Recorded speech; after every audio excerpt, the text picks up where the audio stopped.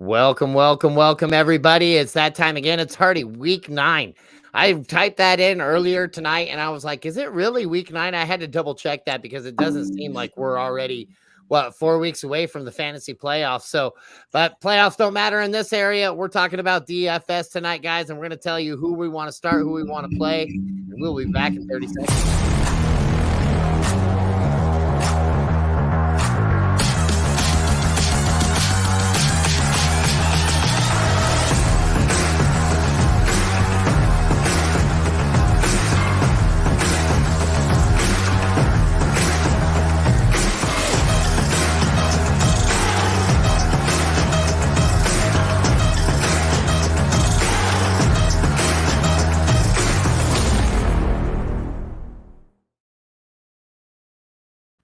And we are back. We are live. We are here week 9.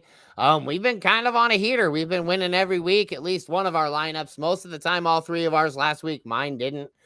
Joe's and Jeff's did, though. So hopefully you listen to them and not me. And speaking of Joe, on my left, my man Joe. Joe, how we doing this evening?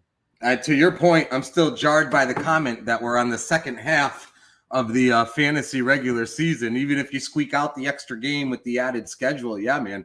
Like, you're right, because, there's 5-6 weeks left, and then you're headed towards playoffs, and everything is real. Bye weeks, injuries now, new quarterback. It's all out on the table. We are in the thick of it. Yep, here we are. It doesn't really get any worse than this, especially after last week. There was just injury after injury after injury, potentials high, big guys. If you're a Tampa Bay fan, for instance, my God, you lost everything, and that was so unnecessary, man. Mike Evans shouldn't have been out there on the field in the first place.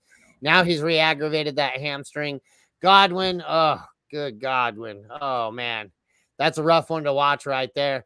But speaking of injuries, let's go ahead and kick this off there for us, Joe. Let's kick out some injuries there. Yeah, I feel you get one Godwin a year, I feel like, and it sucks to see it, like when you see the ankle lying flat on the ground when it shouldn't be lying flat on the ground or whatnot. I'll give the media 1 ounce of credit. There's not a lot of resistance or restraint in the media these days, but I'll give ESPN a little bit of credit for not showing that a second time the other night. But real quick, injuries. And, the big one from a quarterback perspective this week is Jaden Daniels is a true game time decision for the Commanders this week, home against the Bears. And, hey, 2024, Bears-Commanders week, whatever freaking week it is. And this is one of the biggest games on the schedule this week. Both of those teams over 500. You got the 2 rookie QBs, playing great from a fantasy perspective and an NFL perspective. It would be a shame to not get Daniels in the matchup. My hunch is he's not going to play, but stay tuned. Obviously, a lot of fantasy implication there, whether you're talking about the Commander running backs, whether you talk about McLaurin, if there's no Jaden Daniels.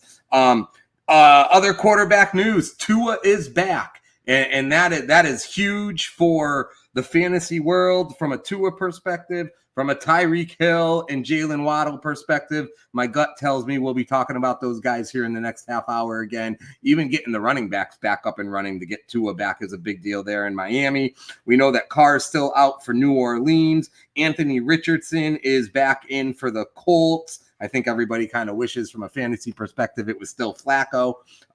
That's it there and we know that Deshaun Watson is now gone for the year, and we got the Jameis Winston era there in Cleveland. Cleveland's going to be so much better with Winston. I think we all know that already. It'll be interesting to see against Baltimore how that plays out. Running back wise, I think we're a little healthier. Guys like Mixon and Kenneth Walker, Jonathan Taylor's back this week. So some of those higher end guys are getting healthy. I'm looking at the main slate, and honestly, other than Etienne for the Jags, what a bizarro situation that running back has become with Bigsby there now too, and that team just kind of stinking in general. Bucky Irving looks to be a game time decision, although he is likely to play, it looks like. So the running backs are looking pretty healthy this week from a main slate perspective. Jerome Ford out for Cleveland, but that works out because Mr. Chubby Chub is back.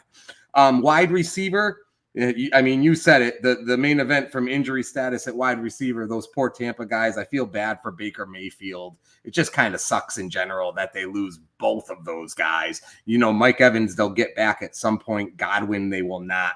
Real tough one for them. They've had so much momentum. Nico Collins, we know he's out. Zay Flowers looks to be pretty questionable going into tomorrow for Baltimore. DK Metcalf doubtful, so that's going to be kind of a net new injury for the week. Smith and Jigba, especially. We're here to talk DFS tonight. I think Metcalf is a big for both Smith and Jigba and Lockett. T. Higgins has a real chance of missing this game tomorrow against Philadelphia. That is as of 8:30 tonight, so that is very new news. I'm looking forward to that game being a shootout. I'll be curious to see if Higgins goes. Olave back for the Saints from his concussion issues. Deontay Johnson is out for Carolina. Carolina also going back to Bryce Young because Andy Dalton's hurt too. So some changes back there in Carolina. And then Jameson Williams out for Detroit. And, it's kind of nice that's viable and important information. The guy's had a nice second year so far for Detroit, but he is out. And I think we will leave it at that. Tight end, it does look like Kittle is going to play tomorrow the last time I saw. Other than that, I think that's about it. So injuries are rich. It's very fluid, as Stephen A. Smith says.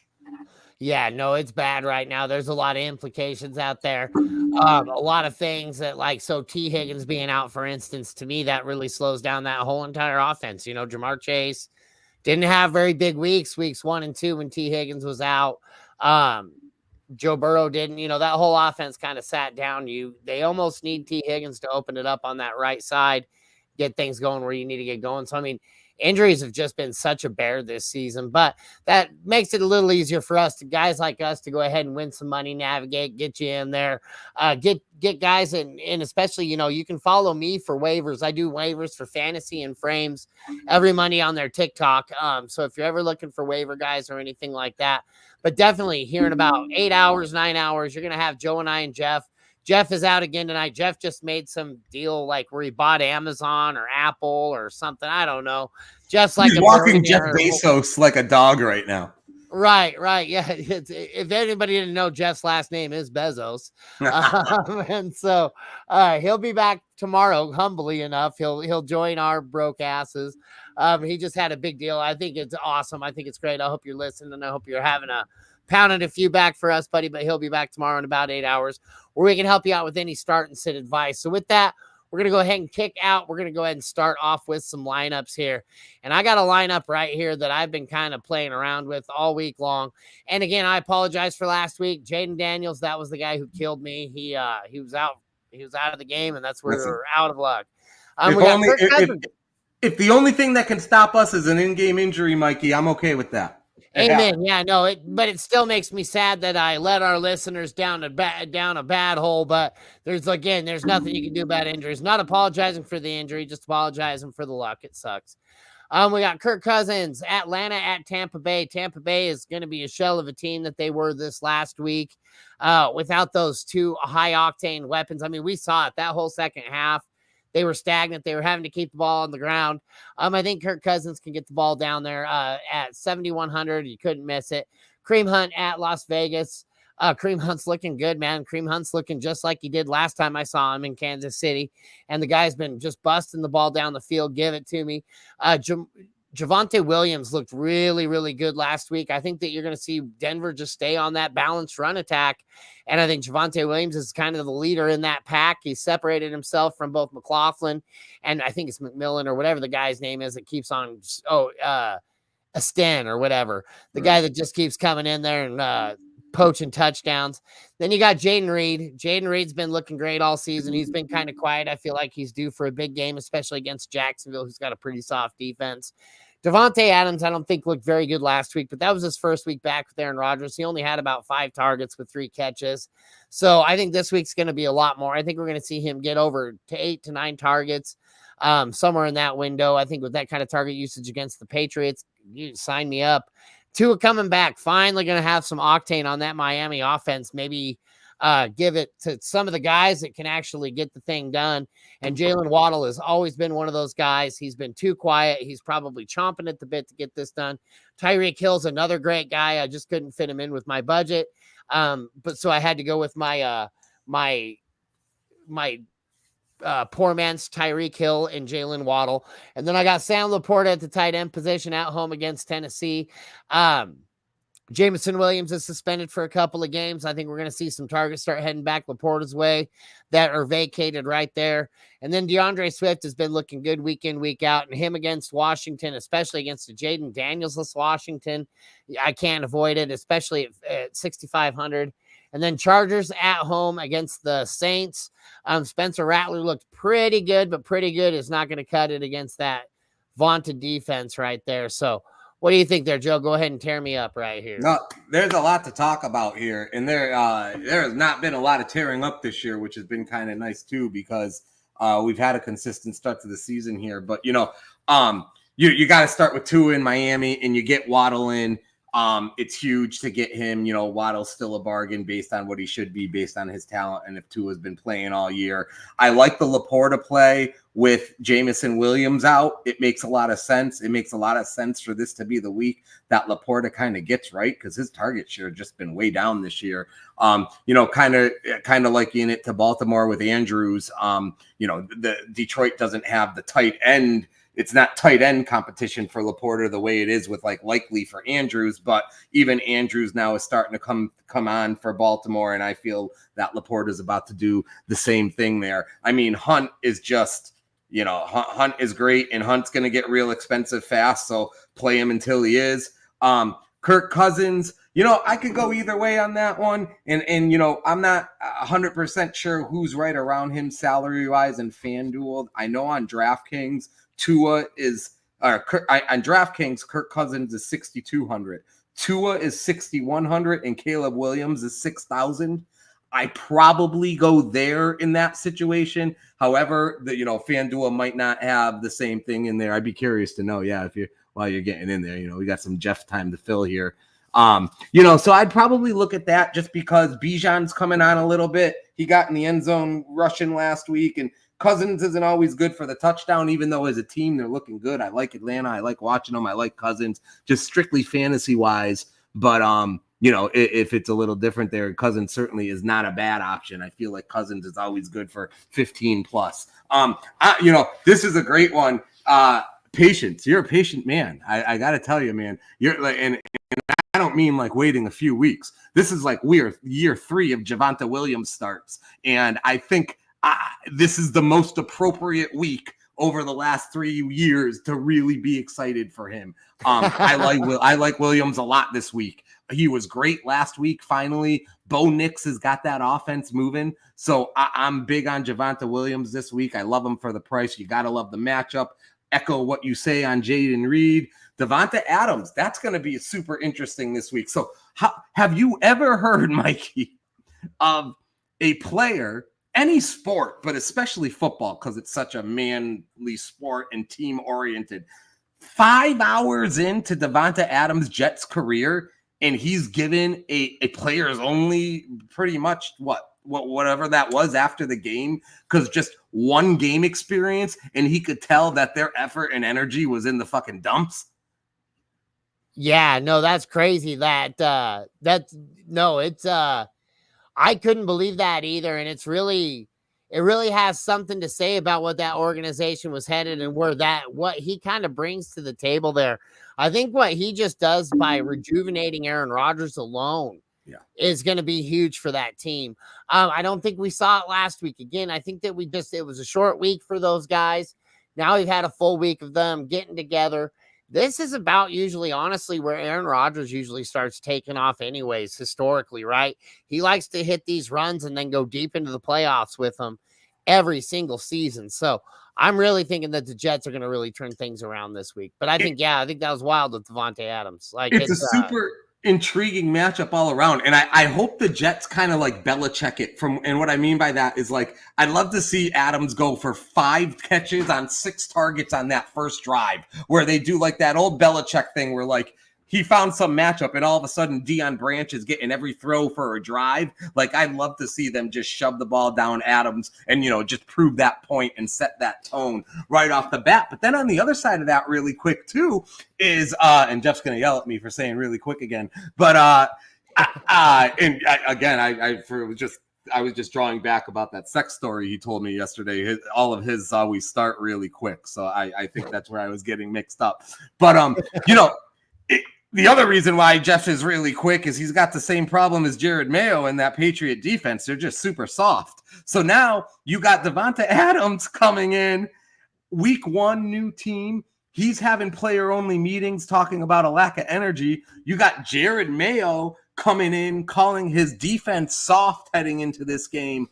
So I can't wait to see how that whole matchup plays out. DeAndre Swift cannot be ignored. Everybody got so annoyed at him because, in the first 3 weeks, he didn't do much. And now you got 3 straight weeks where Swift has gone 20 plus fantasy points over the last 3 weeks. So I like the lineup. It's going to, you're hitting on some really interesting matchups and things going on in the league. I would play that lineup. I know I'm supposed to argue with it, but I think I would play that lineup. Hell yeah, man. I like to hear that. No, I felt pretty good about this one.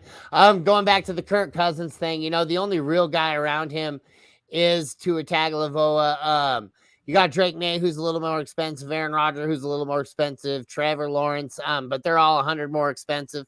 Below that, the next guys like Spencer Rattler, Bo Nix, just a bunch of guys that you really can't depend on. So I'm going to roll my dice with Kirk Cousins. Usually I'm pretty good about getting him as far as catching him on a hot game. The last time I played Kirk Cousins, he gave us 38-36 on versus Tampa Bay, as a matter of fact. So it'll be the same matchup. And so give it to me. Give me Kirk Cousins this week. I'm excited for that Atlanta team. It's really a shame for Tampa because that division, that Atlanta Tampa, I feel like they're on a collision course. I don't know when they played. Well, actually, they played 2 weeks ago, and Kirk Cousins put 500 yards up against them. Yeah, so they're going to be done early. It'll be interesting. Who do you think wins that division real quick? I think Atlanta now. I think that was Tampa Bay's division to lose if Godwin and Evans stay healthy, because I don't think that's a team that you can stop on offense very easily.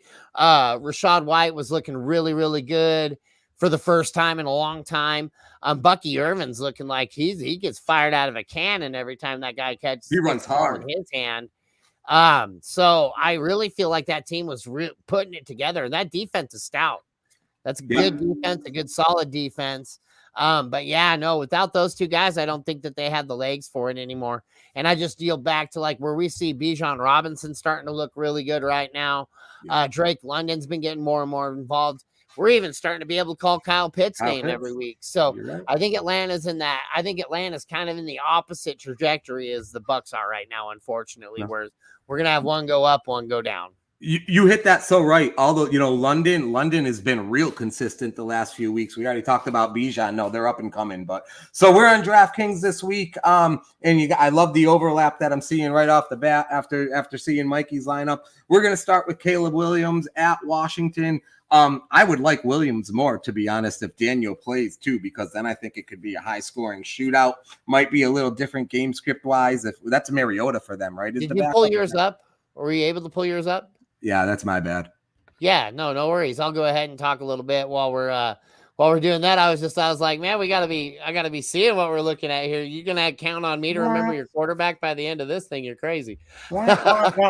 Yeah, so he's been over 20 the last 2 weeks, and you just gotta be excited. You gotta be excited for both these teams. Two teams that have been shitty for a long time. It's really awesome to see 8 weeks in that they've hit on their rookie QBs, and 2 new teams that we're going to be able to be excited for a long time. And to be honest, let's really get into it from only 6,000. That's still a bargain, in my opinion, on DraftKings for a quarterback. So loving the Caleb Williams play. You go to running back. You already talked about, but listen, it's the same exact duo we both have. Hunt and Williams. We talked about it, all the reasons. If you need another extra minute to be sold on Javonte Williams, you got to look, last week, 1488, 2 touchdowns, another 3 catches.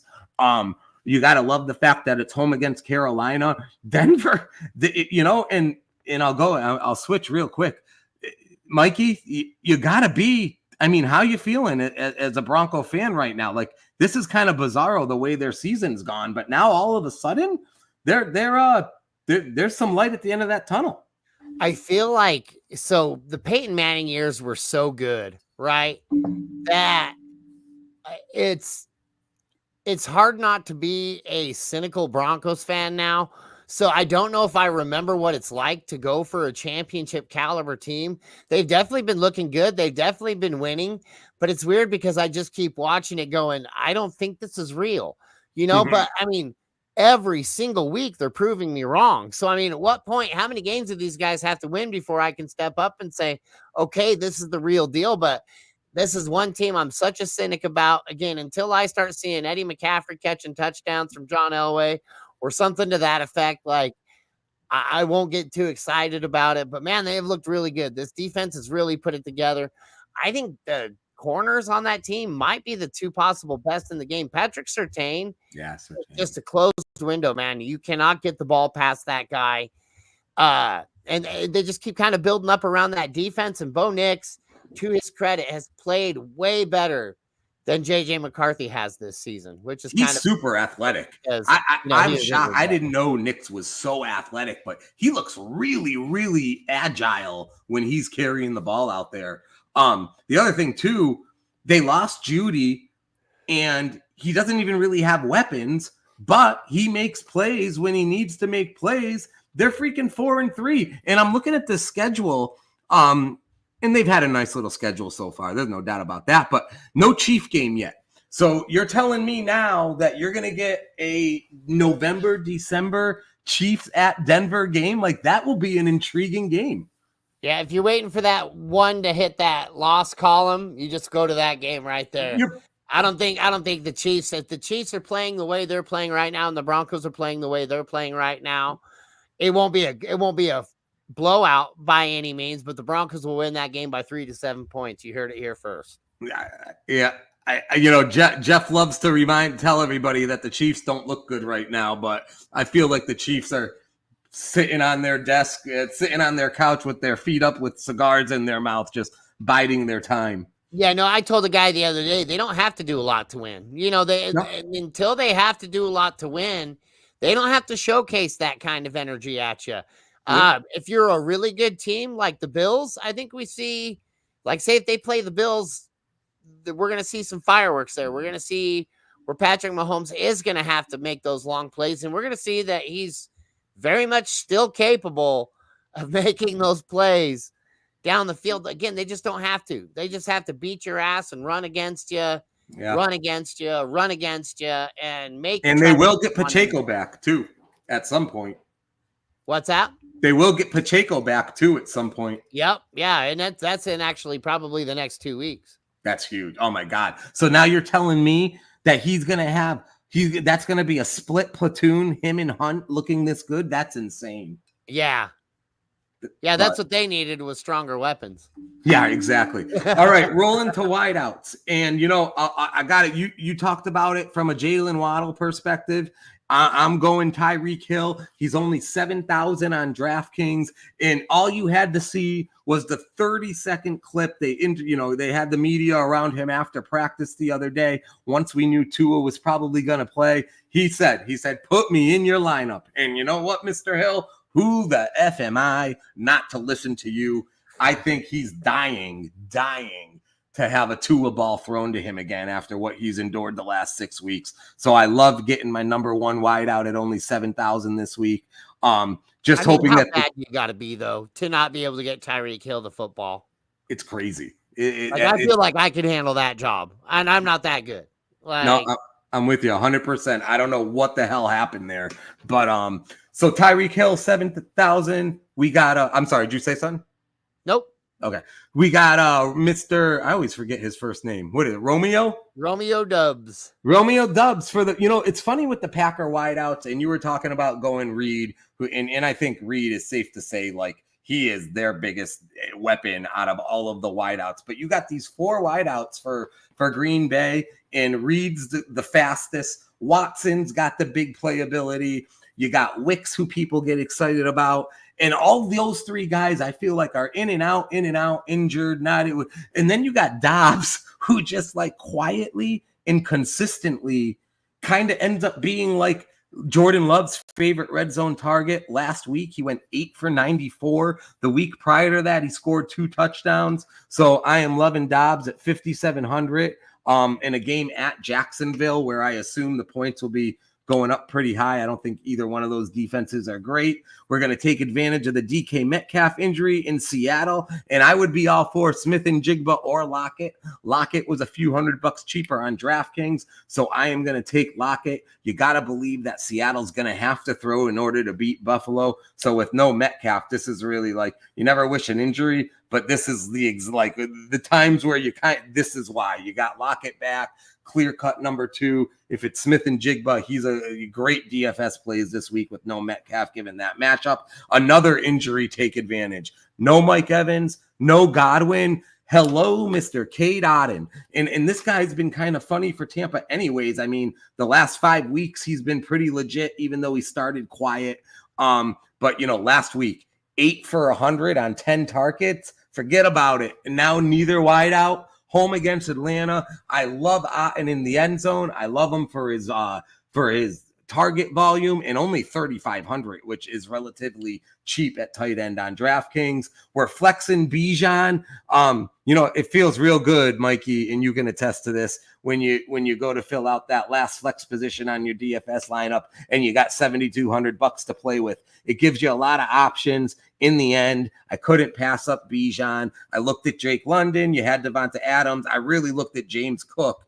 However, in the end, I think Bijan's the way to go here. And then the Bears defense, assuming that Jaden Daniels doesn't play, I will play the Bears defense at only 2,700, and they're making plays. Even in the games where they give up some points, whether it's the 3-4 sacks a game. I mean, look at the interceptions and the fumbles. It's an aggressive defense. So if Jaden doesn't play, we will be starting the Bear defense. If Jaden does play, I will back off of that. And I would probably, that would be a little tougher, but I would it's really funny, and I'd like to get your thoughts on this. And I think the Jets are going to be okay too. There was part of me that for $2,500 coming off of their coach calling them soft, I considered the Patriot defense just from a mentality perspective. If Jaden Daniels were to not play, I probably would revisit that and just take a shot that they're overly motivated this week based on those comments. But what do you think overall, Mikey? That'd be funnier if they went out there and played even worse because he said they're soft. Like, oh yeah, mother. I'm going to get you fired and be even softer. Right. But I mean, dude, there's very few feelings that I think I like more than when I get done setting my lineup and I go to that, because I'm the same. I'm flex last, right? And when I go to that flex last and I see that I can afford that top player, right? No, I may not necessarily take that top player, right? But I now know I have the budget to do so. Sorry. Yeah. Bijan Robinson, great play. I think against Tampa Bay, he's going to get utilized a lot. He looked better last week, and he's been looking better week after week. Sign me up. Hold on. Go ahead and take over for a second. Yeah, no problem, man. Yeah, and it's funny too, because I really did have to consider London being almost the same. Actually, they were exactly the same price. And you look at Drake London, and you've got, I mean, first of all, Drake London, every game except week 1, double-digit points. In a year where there's been so much inconsistency, you have to appreciate that. And then more importantly than that, his last 3 games, 18, 19, and 36 points. It took some time, young team, new quarterback, but they've officially arrived offensively. There's no doubt about that in Atlanta. Yeah, no, I mean, and they've looked better and better every week. And yeah, no, like I said, I mean, the tie goes to the runner for that. And Bijan Robinson is a great running back. He's a fast running back. He's a solid pounder. And again, I don't think that Tampa Bay team, I think they're going to be a shell of what they were last week, as far as octane goes or anything like that. So I got a couple questions for you, Mikey, if you don't mind on this lineup. How do you read the Buffalo Seattle game? Because that's and then you put the Metcalf injury in the play there, and there's a lot of layers there. And then my second question for you would be Marvin Harrison Jr. That's been a tough one to figure out so far this year. And I don't know about you, but in all of my leagues, man, he is coming up in trade talks all of the time. People want him. People want to trade him. So I had two completely separate questions, but that Buffalo-Seattle game, I can't get a handle on. And I know it's very fantasy relevant. And I would say the same thing about Harrison Jr. So I have that Buffalo-Seattle game as my game of the week. I think that they're going to be able to score a lot of points against each other. Both of those, like Buffalo's defense looked really good, but they haven't looked like they're shutting teams down. And I think Seattle's a team that can really get away from you. It does seem like this is going to be a high-scoring slugfest on the ground. I really like Kenneth Walker. I really like James Cook in this game a lot. Give me the tight end of Dalton Kincaid. For sure. And Amari Cooper, I don't know if Amari Cooper, I believe Julian Love is playing this week. I think last I looked, he was healthy. So if he's healthy, I think he'll be shadowing on that end of things. So I think this is going to be a real game that happens on the ground more than anything. But I do see a lot of running between the 20s and then get a little, maybe some of the juice when we hit the 20s and in the red zone. We start seeing some of these passing games. And did you say Brian Robinson or Brian Thomas Jr.? I'm sorry. What did I say? I said Marvin Harrison. Marvin Harrison Jr. So Marvin Harrison Jr. So I've been saying it all season, off season, that I'm not a really big Kyler Murray guy. And it doesn't seem like Kyler Murray has an arm that supports multiple receivers very well. And to me, like, a good game from him is going to be about 6 different passes to 6 different players, right? And like, if you're lucky enough to be one of those plays that get into the end zone, you're going to look like a fantasy relevant player. But I don't really feel like most of the players on this team have ever excelled, like Greg Dortch, even back to DeAndre Hopkins in his latter parts. It just didn't seem like they were getting anything done with that team with Kyler Murray as the quarterback. So Marvin Harrison Jr. to me is a guy that I'm probably going to be trying to trade if I have interest and I can get like around a second, third round value pick. Maybe like a DeAndre Swift, something like that. I would probably try to move him. But that is one thing that I'm thinking of that can turn around, because Kyler Murray shows all those flashes and can be so good at football. He just doesn't seem to be able to do it consistently and maintain an arm. It's crazy to me with Harrison too, because again, as a rookie, didn't do anything week 1, had these 3 weeks in a row, 2, 3, 4. And you're like, all right, we are off as everybody expected. He's hitting the ground running.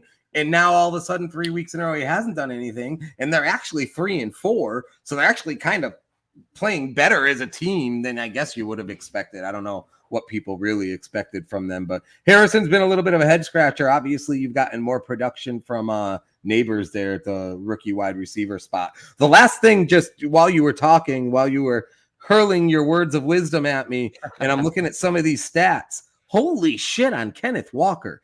And we're not talking about him enough, because Kenneth Walker is, and he missed a couple games. 5 games, 4 out of the 5, he's over 20.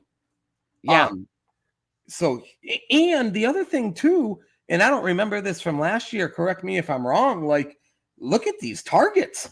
I'm loving that too. You're talking 18 targets in the last 3 games for him on top of all the touches. Yeah, no, I wish I was a lot higher on this guy in the offseason than I actually was. And it's sad because I did had this guy in almost every single one of my redraft leagues last year and loved him, man. He was awesome. He scored me all kinds of points. And so I don't know why I was kind of absent-minded on this guy in the offseason, because I do not have enough shares of him this year, because he's been just amazing. Now, luckily, I do have him on a few dynasty leagues right now, but the guy's just been overall just getting it done. There's another guy that's really looking good over there in Houston.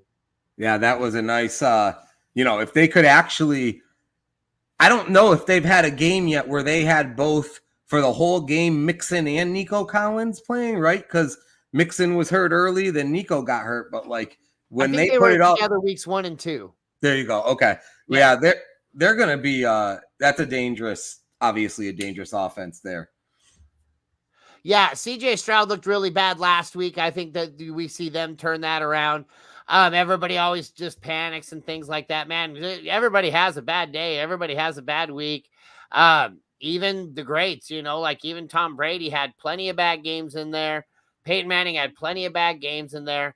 Patrick Mahomes might have a bad game one of these days. That might happen someday. I doubt it because I don't think that guy actually does have bad games. Or Derrick Henry would have a bad game if he went for 25 tomorrow based on these stats so far for him this year. Well, what is that with like 3 touches too? They're not even handing him the football, man. And this guy we'll just hand it to him twice. And he had like 140 yards in those 2 runs or some crazy numbers like that. And I'm just like, dude, Derrick Henry he's an alien. I think Derrick Henry might be an alien. I don't think he's of this planet. As a matter of fact, did anybody ever see what happened on The Predator? What happened to the actor that was the Predator that walked away from that? Because was that Derrick Henry this whole time and nobody has noticed that? Because looks like he is also, back there, dude. He's got more miles on him too. It's not like we're talking about a 3rd-year player either. This guy's taking a freaking pounding, and he is just running through the 2024 version of the NFL so far. Dude, it's crazy. Yeah, and I mean, and not even doing it with brute force. He's doing it with speed. Where the hell did that come from? Derrick Henry's always been fast, but his biggest ability has always been get the hell out of my way. Yeah. And he has not have to be, they're not even able to touch him to get out of his way. He's already too fast and too far out. Yeah, he's looked dynamic, man. It's been good. And then all of a sudden you got Bateman catching deep balls, right? Because everything's changed there with Henry. Will they be able to do it in January? That's going to be, we're ready for that question now. We just got to wait 3 months. Yeah, not a better in-season quarterback, not a worse playoff quarterback out there than Lamar Jackson. So on that note, buddy, we're going to go ahead and close this thing out here. We will be back here, everybody, in 8 hours with the Blitz, or 10 o'clock a.m. Central, 11 o'clock a.m. Eastern. We'll be back to answer all your start-sit questions. Make sure you're out there following Triple Play Fantasy. Like, subscribe, hit that bell. For Joe and myself, thank you guys so much, and we will see you again tomorrow morning.